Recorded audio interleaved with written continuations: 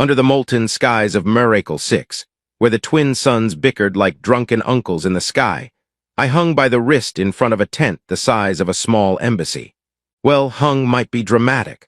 I was more asterisk-tethered, like a disobedient pet on display, swaying gently in the dry, static-laced breeze while alien nobles sipped iridescent drinks and eyed me like I was the day's weird art installation.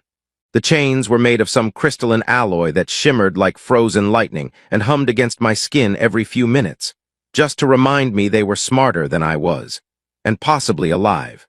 At one point I asked one of them, yes, I talked to my chains, how their day was going. The chain vibrated in response. I chose to interpret that as polite indifference. Behind me loomed the infamous silk-draped tent of the Virelian monarch. It pulsed with strange, organic light, as if it breathed with the planet itself. The tent flaps opened from time to time to emit richly perfumed clouds and snippets of music that sounded like a haunted opera composed by whales. If you're imagining elegance and intergalactic majesty, you're close. Just throw in a few things that probably used to be alive and now functioned as furniture. I wasn't supposed to be here. Not in a galactic, what am I doing with my life kind of way. I mean literally, I was not part of the capture squad. I was a communications officer. My job was to argue with malfunctioning satellite dishes and yell at screen interfaces until they obeyed. But one emergency evac pod malfunction and a surprise ambush later, and here I was, chained outside an alien queen's royal tent like the galaxy's most sarcastic houseplant. Crowds wandered past. Some were tall and insectoid, clicking softly with amusement. Others were serpentine, riding floating cushions and wearing goggles even though it wasn't remotely sunny. But most were Virelians, elegant, long-limbed, high-cheekboned humanoids with translucent skin and long, tapered ears that twitched when they were annoyed. Judging by the volume of twitching, I was a walking offense to their entire culture. One elderly Virelian, in what I could only assume was formal attire, it looked like a duvet had been tied around her body and sprinkled with glowing seeds, leaned close and sniffed me. "Smells like fungus and regret," she commented to her companion, who just nodded solemnly. "That's not fair," I muttered. "I haven't smelled like regret since training camp." Then, without warning, the silken flaps behind me parted. A ripple of silence passed through the crowd, like someone had hit the mute button on reality. I turned, or rather awkwardly twisted against the restraints, and saw her. The queen. She didn't march or glide or descend on a gravity wave. She walked asterisk, like a person, which in this circus of performative elegance made her immediately threatening. She was tall, yes. Not in the cartoonish way some royalty carries themselves, but in the if I wanted to step on your ego, I wouldn't have to jump kind of way. Her long ears were adorned with dark metal cuffs etched with symbols that hurt to look at directly. Her eyes, silver blue with streaks of violet, didn't glow. They radiated asterisk, like headlights that knew your secrets. She wore a deep crimson garment that shifted like it was alive, wrapping and unwrapping itself around her limbs with each step. When she stopped, her gaze landed on me and stayed. Not the casual, dismissive glance of a ruler seeing yet another prisoner. No, she studied asterisk me like I was a mystery box that had arrived without a return label. I resisted the urge to salute. My other urges mostly involved fainting or apologizing for whatever evolutionary mistake had brought humanity into contact with these people. She stepped closer. The crowd held its collective breath, or telepathically mimicked doing so. I wasn't sure how Virelians worked yet, and then she said softly, "You're shorter than I expected." "Blame gravity," I replied before my brain could stop my mouth. "We're not used to double suns. Everything's slightly more compressed on the inside." To my eternal surprise, her mouth twitched, just a little. A flicker of amusement or indigestion, maybe both. She gestured and a soft chime rang through the air. The guards flanking the tent vanished like smoke, and the crowd parted as if an invisible wall had pushed them back. The queen turned, paused at the tent flap, and without looking back said, "Bring him." Moments later, I was untethered, albeit still under heavy guard, and ushered into the royal tent. The change in atmosphere was like stepping from a battlefield into a dream. The air smelled of electricity and crushed fruit. Walls weren't walls, but layers of suspended mist and light woven together by threads of levitating crystal. Strange flora grew sideways from the ceiling. Time felt slower inside. Or maybe I was just dizzy from the overload of scent, color, and tension. At the center of it all stood the queen, alone now, hands clasped behind her back. They want to dissect you, she said without preamble. Then use your parts to make a message. I'd rather be a greeting card than an example, I said. She tilted her head. But I need you alive, at least for the next few cycles, maybe longer. And why, if I may ask before the dissection part begins, do you need me? She turned to face me fully. Her expression was unreadable. Because if you marry me, she said, they won't be able to touch you. There was a long pause. I blinked. That's certainly one approach to diplomacy. If you become part of the royal line, she said, walking slowly around me, you become untouchable by the factions that seek your death. It's the law. Even if I wrote the law myself while mildly drunk on starlight wine. Right, I said, and people just asterisk do that here. Impromptu royal marriage proposals to foreign prisoners. I've done stranger things, she said. Once I crowned a flamingo. I stared, she blinked. It was a robot flamingo, long story. I took a deep breath. Okay, let's say I go along with this. Let's say I wake up tomorrow with a tiara and a 1,000-year-old ring of legal immunity. What do you get out of it? Her voice dropped just a little. Leverage, mystery, chaos. You're marrying me for my asterisk chaotic energy? I deadpanned. She nodded once. You're human, you're unpredictable, you make jokes while in chains. That frightens the council more than any warship ever could. I looked down at my scorched boots, then back up at her strange, beautiful, calculating face.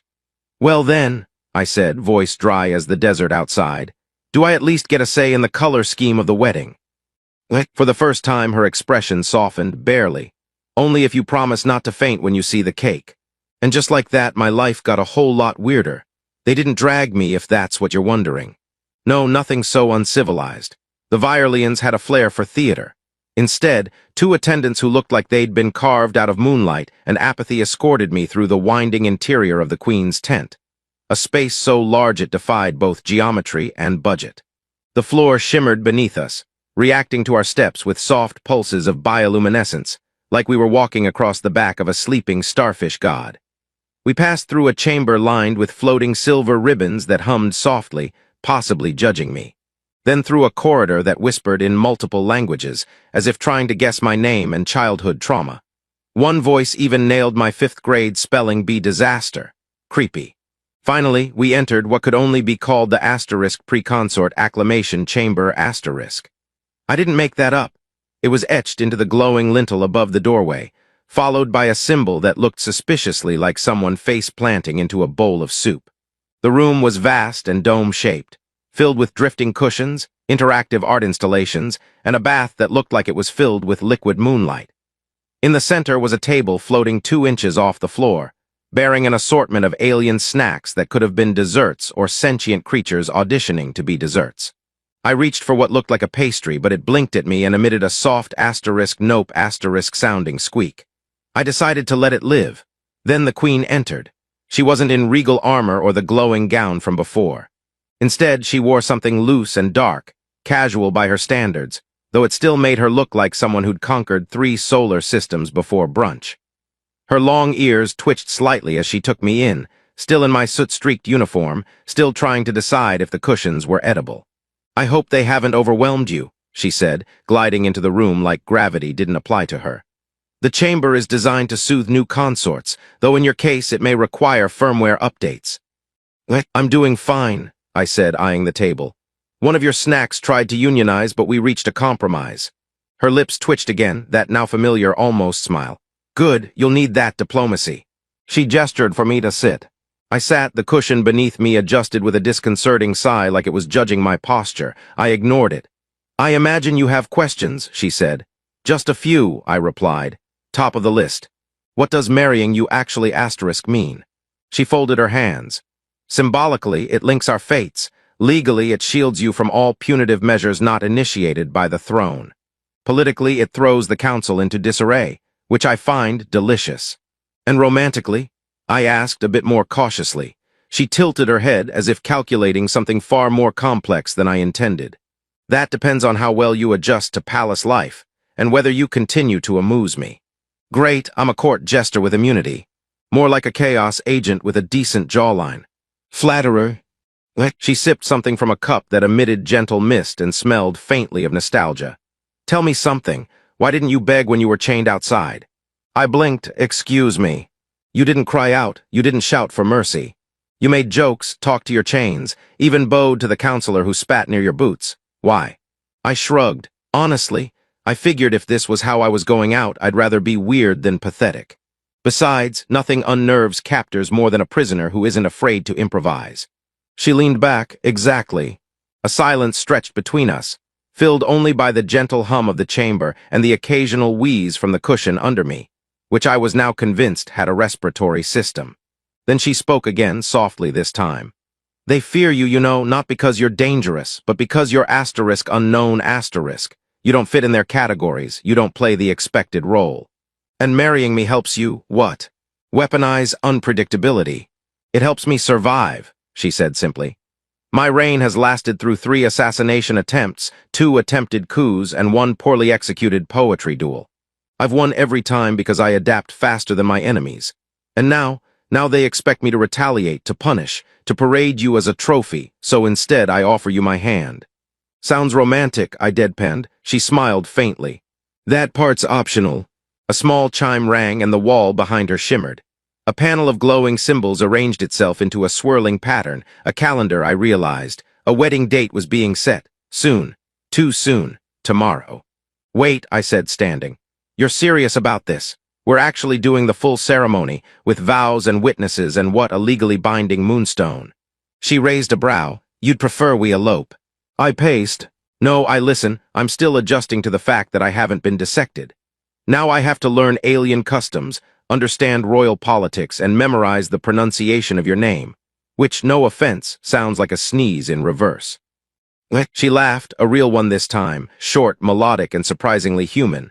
We'll give you a nickname, something manageable, perhaps husband. I feel like I'm in a very strange rom-com, I muttered. Except instead of meet cute, we had meet captured. You'll find Virelian ceremonies quite efficient, she said, rising. Minimal speeches, maximum symbolism, a shared neural imprint, a public vow, and a temporary link via soul crystal. Soul crystal, I repeated. Is that like a prenup with Wi-Fi? Exactly, she said, but with more telepathy and slightly less litigation. She walked to a nearby dais and placed her hand on a glowing plate. The room shifted, walls parting to reveal a new chamber beyond, this one filled with floating panels, swirling light patterns, and what looked like a hovering priest in deep meditation. Come, she said, glancing back at me. We have less than 1 rotation to prepare, and if we're going to shock the council, we might as well do it with excellent tailoring. I hesitated, not because I feared her, not anymore, but because the more time I spent with her, the more I realized this wasn't a trap. It was a gamble, and I had a very bad habit of betting with my whole heart. There is no royal manual for how to behave the morning after your interspecies political marriage, especially when your breakfast is levitating and staring at you with judgmental antennae. I sat at a circular table made of whispering glass, eating what I could only describe as an aggressively confident fruit, purple, softly humming and prone to vibrating just before you bit it. It wasn't bad, though. Somewhere between pineapple and existential dread. My robes, the asterisk formal consort garb asterisk, itched in places I hadn't thought about since puberty, and no matter how many times I adjusted the shoulder drape, it kept curling like it had its own opinions about fashion. Across from me sat an advisor with a face that resembled both a heron and an abacus. His name was Chancellor Vess, and I'm fairly certain he hadn't blinked in 20 minutes, possibly because he didn't have eyelids, possibly because he was trying to intimidate me with raw ocular stamina. Consort, he said, his voice low and gravelly. You're not to leave the East Wing until instructed. I'm not a child, I replied, spooning some fizzy porridge into my mouth. It crackled pleasantly like cereal crossed with firecrackers. No, he said, you're worse, you're unpredictable, the Queen thinks it's an asset. Smart woman, I muttered. Vess made a noise somewhere between a scoff and a deep space signal. Today, you will undergo neural alignment. I dropped my spoon. Is that painful or just terrifying with a side of flashing lights? Standard procedure. You'll be scanned, synced, and tagged for court synchronization. The Queen's consort must be calibrated. Look, I've been calibrated once already this week. It was called asterisk falling into a war zone and getting married to avoid death. Not sure my firmware can take another update. No reaction, just blank Heronabicus eyes. After breakfast, which I survived with only minor fruit-based trauma, I was escorted to the alignment chamber by two guards whose idea of conversation was synchronized blinking. The chamber was, how do I put this gently, a cross between a spa, a dentist's office, and a planetarium designed by someone who once licked a black hole for inspiration. I was placed in a chair shaped like a crescent moon, told to remain mentally still, and then submerged in a gentle field of glowing particles that whispered things like *honor duty and please do not resist. A hovering medbot with a soothing voice began explaining the process. You will experience minor disassociation, some flickering of past memories, and the vague sensation of being dipped in warm nostalgia. Please breathe normally. Do not panic, we are only making slight alterations to your limbic resonance. That is all. Well, that's comforting, I said, as my arms became very distant acquaintances and my spine remembered every awkward dance move I'd ever committed. Visions flared across my eyes, flashes of Earth, my childhood home, my first view of the stars from the orbital academy. And then more recent memories. The Queen's silver eyes, her dry humor, the strange weight of her hand on my arm as she guided me through the wedding ceremony. And then something else, a flicker that didn't belong to me, a sensation of icy pressure, not mine, a thought, he does not belong, not mine either. Whoa, I croaked. I think I just picked up someone's psychic spam mail. The medbot made a soothing ping.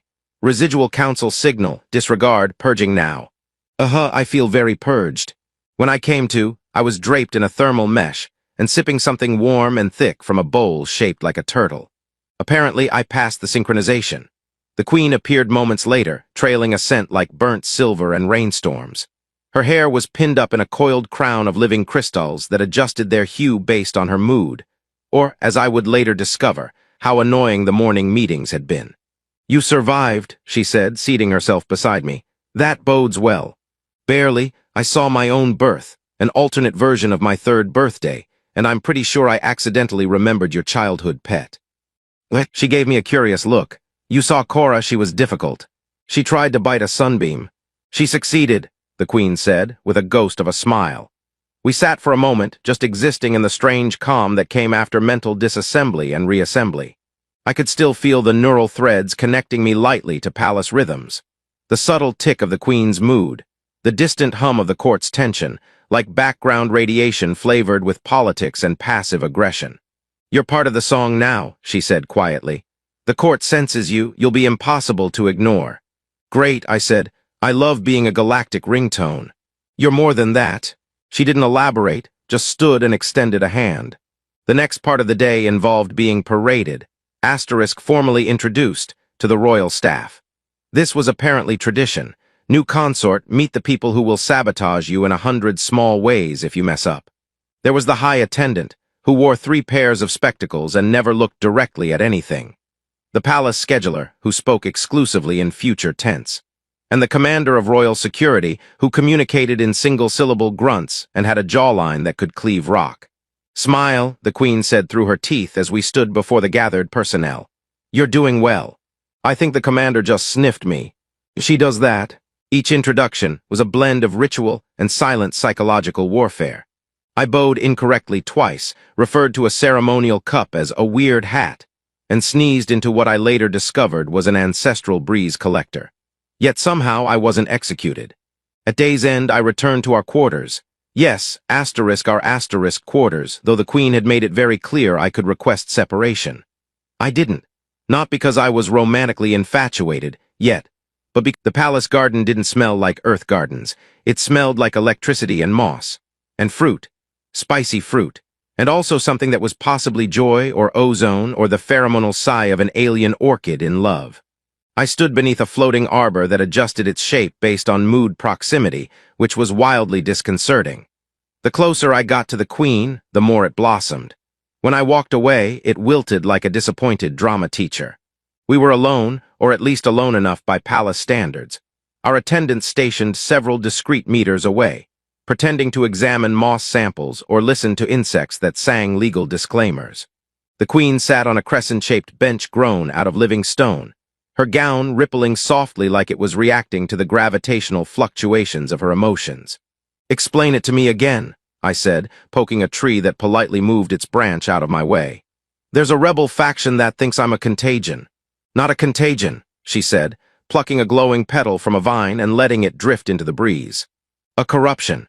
The obsidian thought believes that your presence weakens the purity of Virelian governance. Well, I am known to weaken things, I replied. Mostly arguments sometimes chair legs. Her mouth curved slightly. They see you as a crack in the foundation, something unexpected, uncontrolled. And you married me because I'm unexpected and uncontrolled. Exactly. I leaned on a boulder that purred beneath my hand. So what do they want? To deconsort me, politely ask for a royal divorce and a free t-shirt. They want the throne vacated, she said, tone cool and sharp. They believe I've surrendered our dignity to chaos, that I've let sentiment compromise structure. They would prefer I step down. And what do you want? She looked at me, truly looked, past the diplomatic shield and the amused half-smile I always wore like armor. I want to win, she said, but I'm tired of winning alone. I stared at her, suddenly uncertain where the joke should go. My brain spun up a few sarcastic lines, something about team-building exercises or throwing rebels off cliffs with name tags. But the way she held herself, poised and regal yet unmistakably human in her quiet ache, made the words evaporate. So instead I said, then let's win weirdly, together. Her smile returned, and it was real this time. From somewhere in the upper canopy, a pod cracked open, releasing a trio of floating pollen bees that hummed out a harmonic warning. The queen's expression hardened instantly. They're here, she said. The bees. No, the council. Back inside the Hall of Reason, a name that promised far more logic than it delivered. I sat beside the queen at the head of a long, hovering table shaped like a stretched spiral.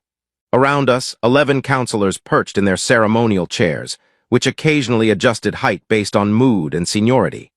Chancellor Vess, ever heron-like and vaguely annoyed by my existence, led the discussion. The obsidian thought has released another manifesto, he intoned. This one compares the consort to a parasite. Do they mention my good side? I asked, or the way I hold a fork. Vess ignored me. They propose a trial of clarity.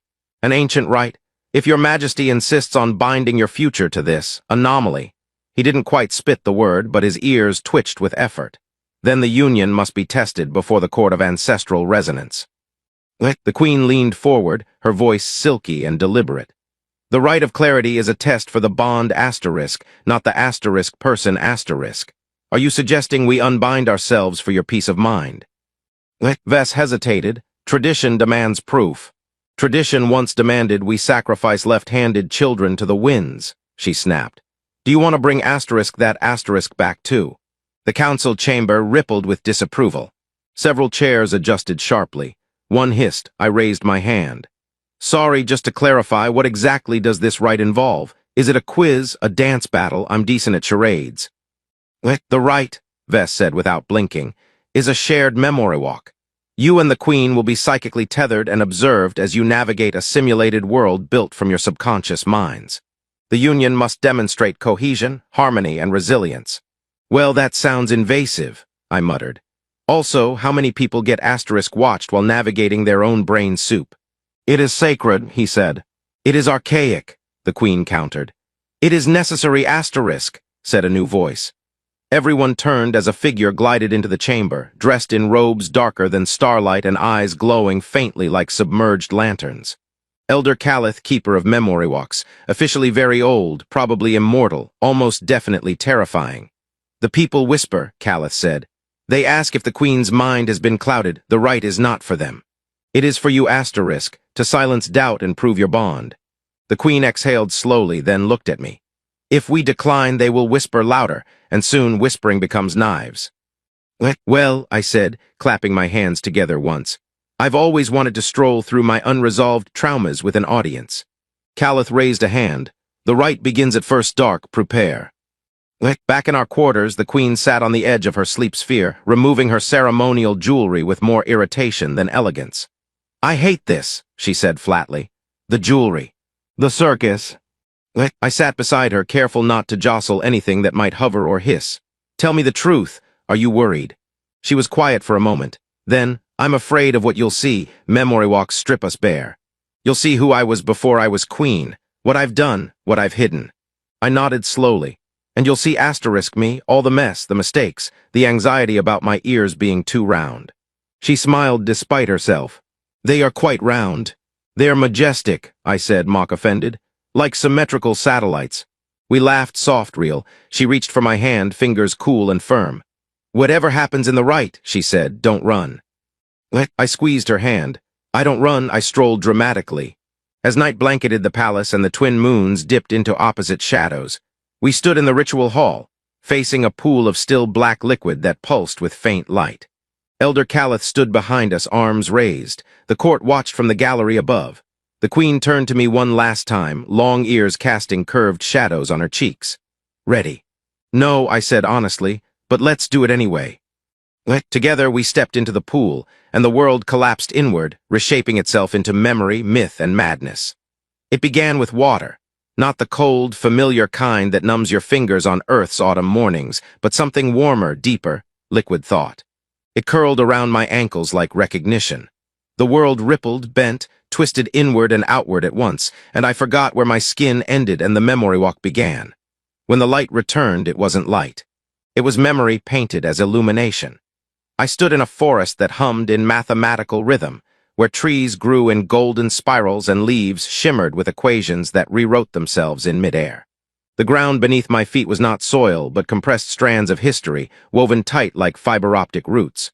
This was the queen's mind, her past, a world carved from secrets and ceremonial elegance, softened by a few fractures she hadn't meant for anyone to see. She appeared a few paces ahead, dressed not in the living silk of her throne, but in a simple slate-gray uniform, something meant for a student or maybe a soldier.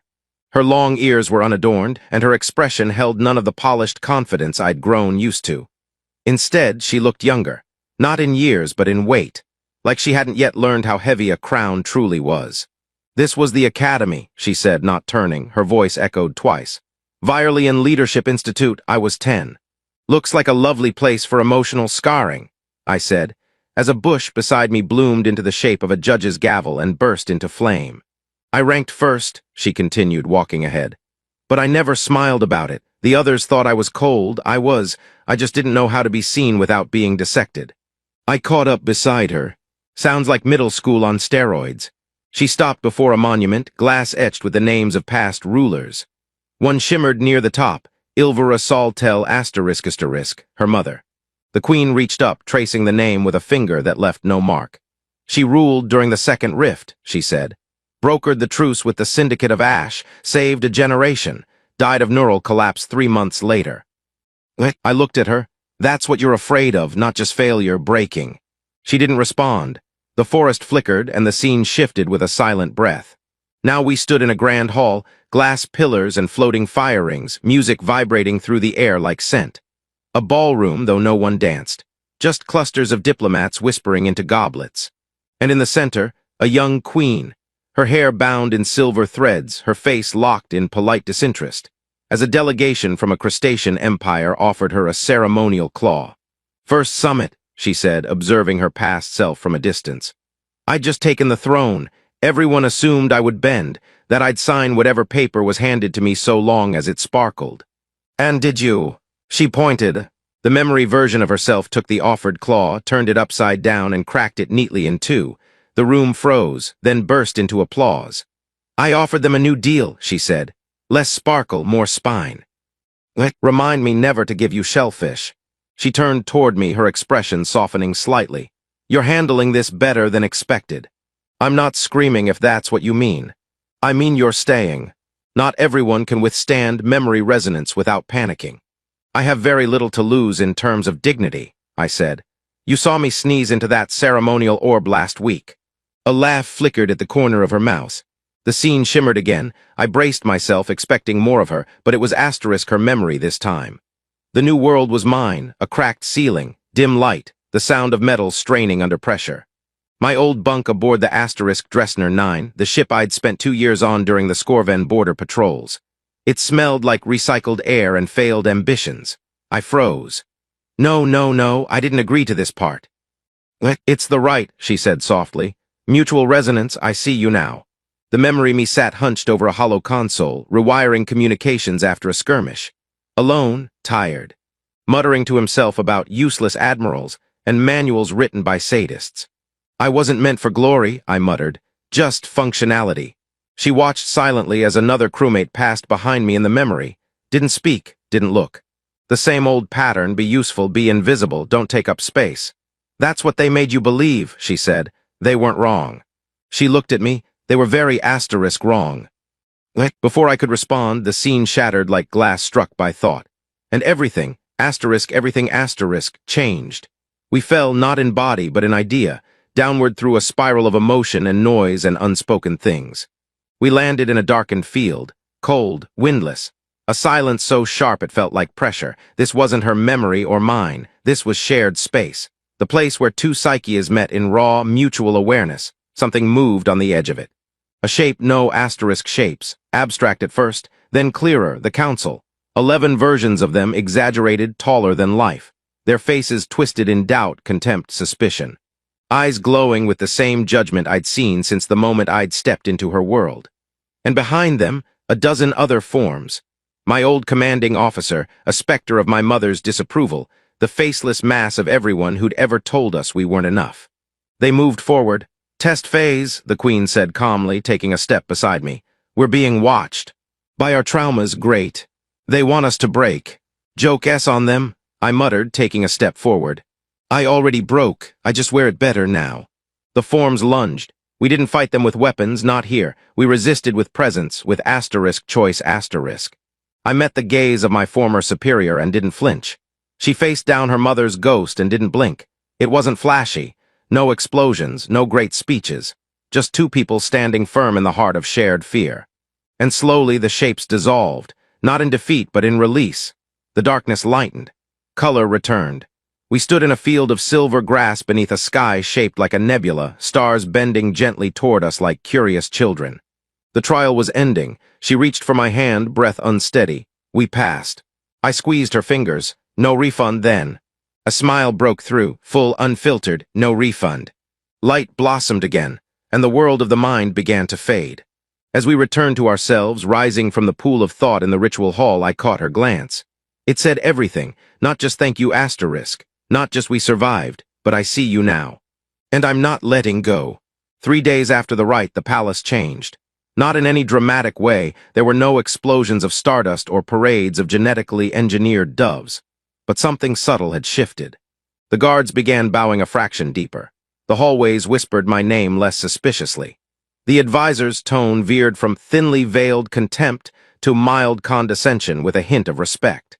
In the grand scheme of royal politics, that was practically a standing ovation. The Queen and I were still performing our roles, public appearances, ceremonial lunches, diplomatic nodding.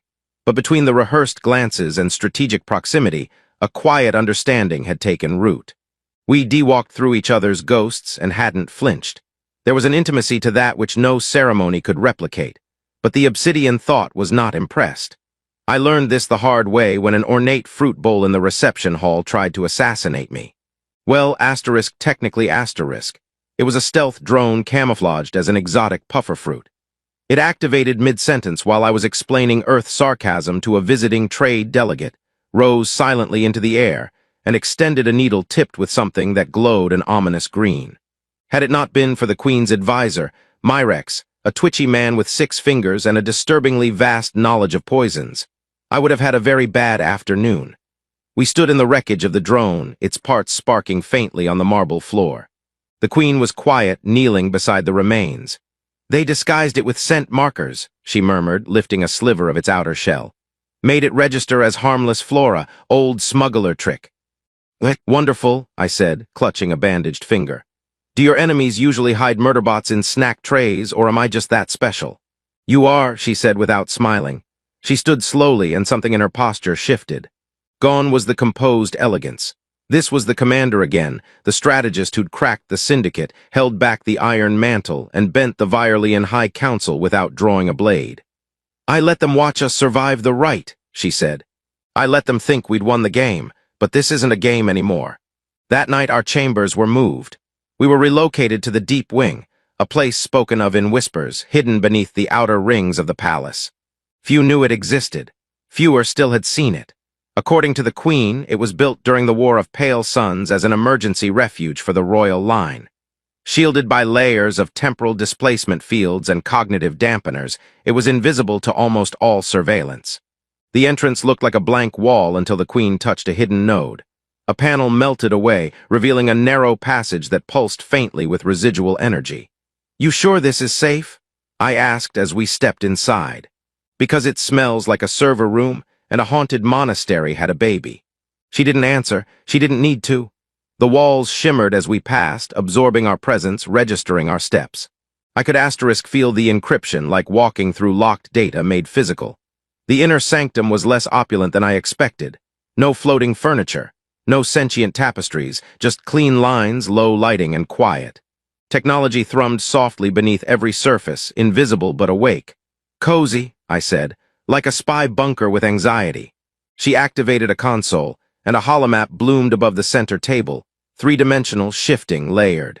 Not just the palace, the city, the outer sectors, Virelian space itself. "The obsidian thought has outgrown shadows," she said. "Their messages are no longer encrypted. They want attention." "I'm guessing diplomacy is off the table." "Diplomacy implies mutual respect," she said. "They've declared this marriage a blight." "That hurts," I said. "We had such a lovely cake." Her eyes flicked to me and a smile threatened the corner of her mouth. "Just briefly. We'll need to move quickly," she said. "They've infiltrated the Eastern information towers. If they take full control of the relay systems, they can fabricate a complete collapse of my reign before we can counter it. And your guards can't handle it." She hesitated. "Some of them may already be compromised." I nodded slowly. "So, what's the plan?" Her fingers moved across the console, reconfiguring the holomap. "We go dark. Leave the palace entirely. Approach the relay from the Undercity. Unofficial, unseen."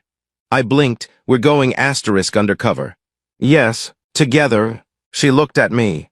"Consort," she said, "do you know how to handle a multi-phase frequency disruptor?" I once fixed a vending machine with a spoon and pure rage. She nodded. "Good enough."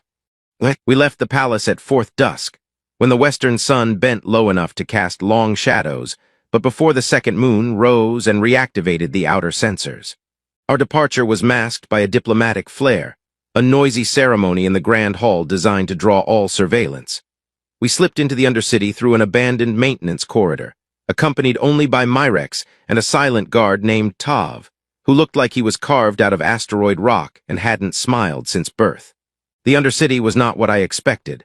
It wasn't ruin or rust. It was *forgotten innovation*. Old transport lines, obsolete fusion hubs, automated market squares that still lit up when you passed. The obsidian thought didn't die with a bang, or a betrayal, or some grand fireworks display of philosophical defeat. No. It unraveled slowly, reluctantly, like a knotted string finally tugged from the right angle. By the time we returned to the palace, everything had shifted. The relay broadcast had reached every major node in the Virelian Empire. Unfiltered. Raw. Not a polished speech, not a press release, not a holographic manipulation with softer lighting and enhanced cheekbones. It showed us walking through memory together, facing fear, standing in silence as shadows tried to pull us apart and failed. The footage was strange and imperfect and emotional, and it worked. By the third day, factions once aligned with the thought began publicly distancing themselves. One by one, the high-profile dissenters released carefully worded messages of renewed support for the Queen's leadership. The Loyalist Guard staged a quiet sweep of suspected rebel installations within the capital, unearthing decades-old caches of sabotage tech, and encoded philosophy pamphlets that smelled faintly of intellectual arrogance and mildew. As for the council, well, they adjusted like algae in sunlight. Chancellor Vess began greeting me with a full syllable and a nod that almost resembled human acknowledgement. High Priest Alvarin offered to bless the Union retroactively, a gesture both symbolic and completely unnecessary. Even the palace scheduler added a line to my official title, the Consort in Truth *, which sounded both regal and like a self-help memoir. But despite the shifting alliances and ceremonial fanfare, it was the Queen who changed most visibly. She moved differently now. Still with grace, still with calculation, but no longer with armor. The weight on her shoulders remained, but she bore it like someone who finally believed her spine wouldn't snap under it. She even started wearing her hair down in private chambers, long strands brushing her collarbone like dark threads of stormlight. Once she caught me staring and said simply, "It's not a strategy anymore, it's comfort." I like that. Weeks passed. The capital city bloomed into its post-crisis rhythm. The Undercity was acknowledged, cleaned, partially reintegrated into infrastructure plans.